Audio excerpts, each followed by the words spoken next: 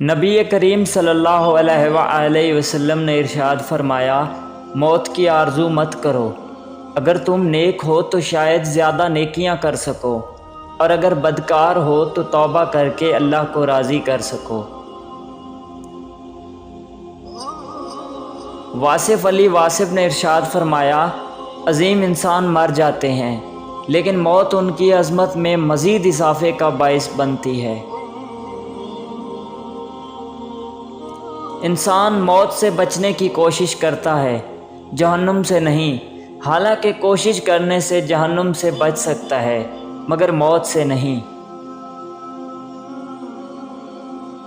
انسان ایک ایسا غافل منصوبہ ساز ہے کہ وہ اپنی ساری پلاننگ میں کبھی اپنی موت کو شامل ہی نہیں کرتا۔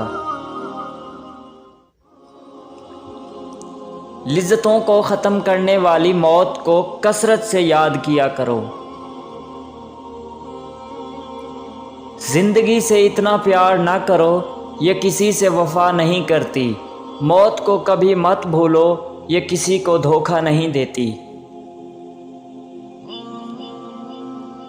مومن بندے کی نشانی یہ ہے کہ جب اس کی موت کا وقت قریب آتا ہے تو اس کے چہرے پر مسکراہٹ بھی آ جاتی ہے۔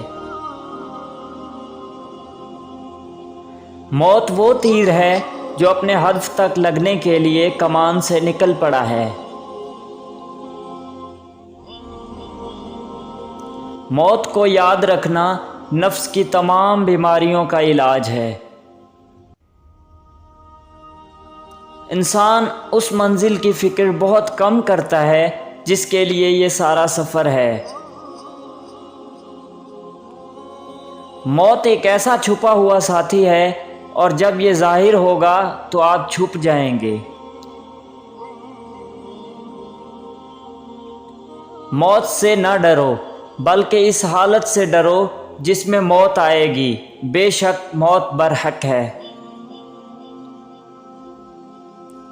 امید آدھی زندگی ہے اور مایوسی آدھی موت۔ موت سے سب سے بڑی حقیقت جس کو ہر شخص بھلا بیٹھا ہے، اور زندگی سب سے بڑا دھوکہ ہے جس کے پیچھے ہر شخص بھاگ رہا ہے۔ حضرت ابو ہریرہ رضی اللہ تعالی عنہ سے روایت ہے کہ رسول اکرم صلی اللہ علیہ وآلہ وسلم نے ارشاد فرمایا، موت کو کثرت سے یاد کیا کرو جو تمام لذات کو ختم کر دینے والی ہے۔